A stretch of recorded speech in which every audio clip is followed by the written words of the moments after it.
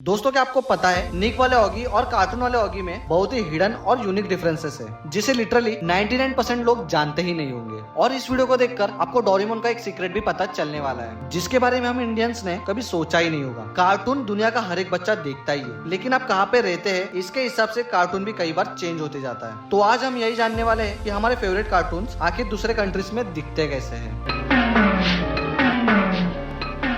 Number 1, Oggy and the cockroaches. तो ये है अपना बागड़ बिल्ला और ये है दुनिया का पापा। मैं तो पापा हूँ, पापा इस दुनिया का पापा। अगर आपने सही से गौर किया होगा तो आपको दूसरे कंट्रीज में नहीं बल्कि अपने ही कंट्रीज में दोनों चैनल में यूनिक चेंजेस मिल जाएंगे। देखो, जब ऑगी इंडिया में पहली बार 2009 में निक पर लॉन्च हुआ था तो उसके आर्टिस्ट थे सौरभ चक्रवर्ती और उन्होंने खुद ही सारे कैरेक्टर्स के वॉइस को सेलिब्रिटी के वॉइस में कन्वर्ट करके फनी डायलॉग्स के साथ हमारे इस ऑगी को प्रेजेंट किया था।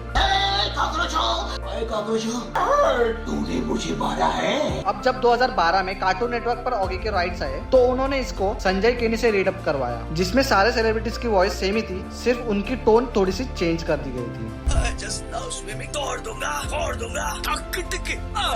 तो मैं आपको इन दो अलग अलग वॉइस आर्टिस्ट के बारे में ना बताता तो शायद ही आप में से कोई निक वाले ऑगी में और कार्टून वाले ऑगी के वॉइस में सटल चेंजेस समझ पाता। हाल ही में 2021 में सोनी की ऑगी के न्यू सीरीज को रीडअप करवाया गया तो उसमें मुबिन सौदागर ने रीडअप करके काफी सारे चेंजेस किए हैं, जैसे कि नरेटर की वॉइस जहाँ पर दोनों सीरीज में नाना पाटेकर की थी, यहाँ पर इसमें किसी और एक्टर की ही बदल दी गई है। के बाद मैं कभी नहीं आऊंगा, ये मजदूर कहाँ देगा क्या? Number 2, Doraemon. क्या आप जानते हो डोरेमोन का सबसे स्मार्टेस्ट कैरेक्टर कौन सा है? नहीं, वो डेकिसुगी नहीं है, बल्कि वो है अपना प्यारा नोबिता। डोरेमोन में जीनियस नोबिता पार्क नाम से एक एपिसोड है जिसमें डोरेमोन एक गैजेट निकालता है जिसको मारने से सब कुछ उल्टा हो जाता है और इसे नोबिता अपने सर पर मार लेता है। और दोस्तों आपको तो पता ही है नोबिता ठहरा अपनी दुनिया का सबसे फुद्दू इंसान, तो इसे मारते ही वो दुनिया का सबसे इंटेलिजेंट इंसान बन जाता है जिसे देखकर 22 सेंचुरी के लोग भी हैरान हो जाते हैं। लेकिन जैसे कि आप सभी जानते ही हो नोबिता की किस्मत किसी पुरानी चाइनीज फोन की तरह है, कभी भी खराब हो सकती है, इसीलिए वो फिर से सर पे लगने की वजह से वो बेवकूफ बन जाता है। नंबर 3,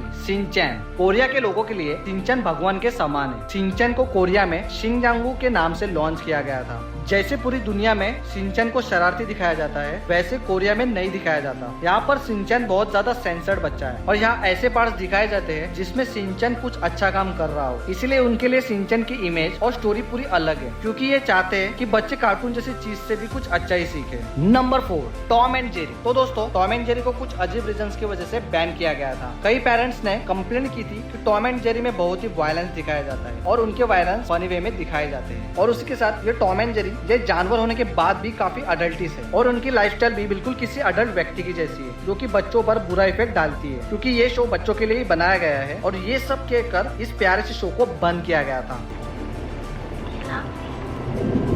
तो ये थे कुछ फैक्ट्स जो कि काफी इंटरेस्टिंग थे और ऐसे ही फैक्ट्स को जानने के लिए अभी चैनल को सब्सक्राइब करना और दोस्तों के साथ शेयर करना मत भूलना। धन्यवाद।